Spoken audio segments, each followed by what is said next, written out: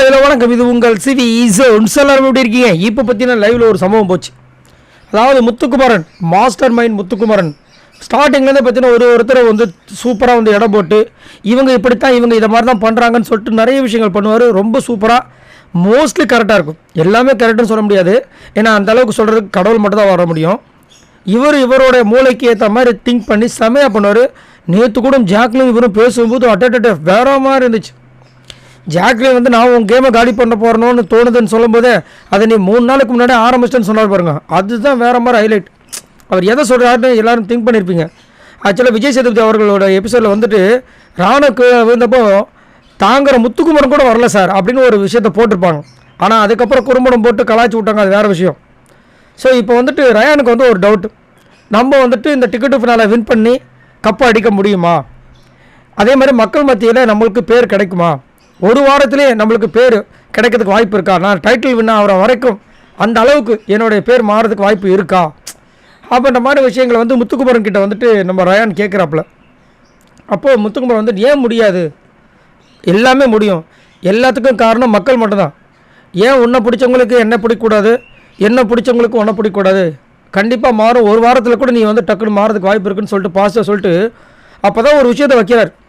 நான் வந்து சௌந்தர்யா வந்து தப்பாக நினச்சிட்டேன். ஏன்னா அந்த பொண்ணு எப்படி வந்து 5 மோடு வச்சுருக்கு. திடீர்னு பார்த்தா சிரிக்குது, திடீர்னு பார்த்தா அழுவுது, திடீர்னு பார்த்தா ஒரு மாதிரி பண்ணுது. இப்படி ஒரு பொண்ணால் இருக்க முடியுமா அப்படின்னு நினச்சேன். அப்புறமா நான் சொல்லிக்கிட்டேன், நீ திட்டேன், ஏன்டா இருக்கக்கூடாது? 80 நாளாக ஒரு பொண்ணு இந்த மாதிரி இருக்குதுன்னா அப்போ ஏன் அதோட நேச்சுரல் குணமாக இருக்கக்கூடாது? அதை நான் புரிஞ்சுக்கிட்டேன். நேற்று வந்து விஷ்ணு என்கிட்ட வந்தவொடனே கேட்டார், அவங்க எப்படி இருக்காங்கன்னு கேட்டுகிட்டு இருந்தீங்களே அப்படின்போது அவர் உடனே சொன்னானா, இல்லை தலைவர் நான் புரிஞ்சுக்கிட்டேன் அப்படின்னு நான் சொன்னேன்.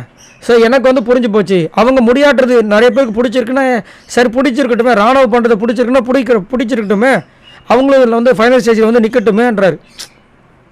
நான் வந்துட்டு அந்த மாதிரி நினச்சிட்டேன் அப்படின்னு சொல்லிட்டு அங்கே வந்துட்டு அவருடைய அந்த எண்ணங்களை வந்து மாற்றிக்கிறதுக்கு ட்ரை பண்ணுறாப்புல. ஏன்னா அவர் அந்த மாதிரி தான் ஃபஸ்ட்டுலேருந்து கொஸ்டின் வச்சார். ஆனால் வெளியில் உண்மையிலேயே பார்த்தீங்கன்னா அவர் வச்சுக்கிற கொஸ்டின்ஸ் எல்லாமே வேல்யூபிள் தான். ஏன்னா வெளியில் உண்மையிலே அந்த மாதிரி ஒரு பெரிய இஷ்யூ போயிட்டுருக்கு. சௌந்தர்யாவுக்கும் ராணுவுக்கும் பிஆர் இருக்குன்ட்டு அதை வர்ஷினி வெங்கட்டாக இருந்தாலும் சரி, ரியாவாக இருந்தாலும் சரி, நிறைய பேர் வந்து வெளியே சொல்லிகிட்டே இருக்காங்க. ஆர்ஜி ஆனந்திலேருந்து எல்லாருமே சொல்லிகிட்டு இருக்காங்க. ஆனால் இப்போ அவருக்கு என்ன தோணுதுன்னா, ஒருவேளை உண்மையாகவே சௌந்தர்யா அந்த மாதிரி தான் போல இருக்குது. அதே மாதிரி இன்னொரு விஷயம் ஒன்று போச்சு. வர்ஷினி வெங்கட் சொன்னாங்க நேற்று ஒரு வீடியோவில், என்னென்னா சௌந்தர்யாவுக்கு தெரியாமையே வந்துட்டு சௌந்தர்யாவுக்கு பிஆர் ரன் பண்ணிகிட்டு இருக்காங்க ஒரு சில பேர் அப்படின்னு. விஷ்ணுவும் அந்த மாதிரி தான் சொல்கிறாங்க. விஷ்ணு வந்துட்டு சௌந்தர்யாவுக்கு தெரியாமல் சௌந்தர்யா வந்து வெளியே நல்லா, அதாவது அந்த டைட்டில் அடிக்கிறதுக்கு ஒரு பிஆர் வேலையை பார்க்குறாரு அப்படின்றமாதிரிலாம் சொல்லிகிட்டு இருக்காங்க. ஸோ அதன்படி பார்க்கும்போது சௌந்தர்யாவுக்கு தெரியாமல் தான் இந்த பிஆர் ஒர்க்லாம் போயிட்டுருக்கு அப்படின்ற மாதிரி ஒரு சில விஷயங்களும் போயிட்டுருக்கு. சரி, நீங்கள் உங்களோட கருத்துக்களை சொல்லுங்கள். இங்கே முத்துக்குமரனே அவரோட அந்த ஸ்டாண்டை வந்து விலகிறாரு.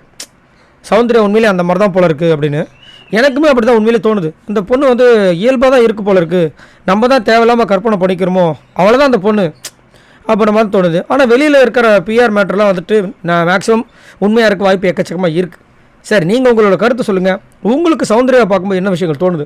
அது மட்டும் இல்லாமல் சௌந்தர்யா இப்போ இருக்கிற இந்த கேம், அவங்க என்ன கேம் கொடுக்குறாங்களோ அதெல்லாம் ஓகே. அவங்க நிறைய பேர் க்யூட்டு பிடிச்சிருக்குன்னு சொல்கிறாங்களே, இந்த கேம் வச்சு ஃபைனல் ஸ்டேஜில் நிற்க முடியுமா? நின்னாங்கன்னா எந்த பிளேஸில் வருவாங்கன்னு நினைக்கிறீங்க? மறக்காம கமெண்ட்ஸ் பண்ணுங்கள். பாய் நண்பர்களே.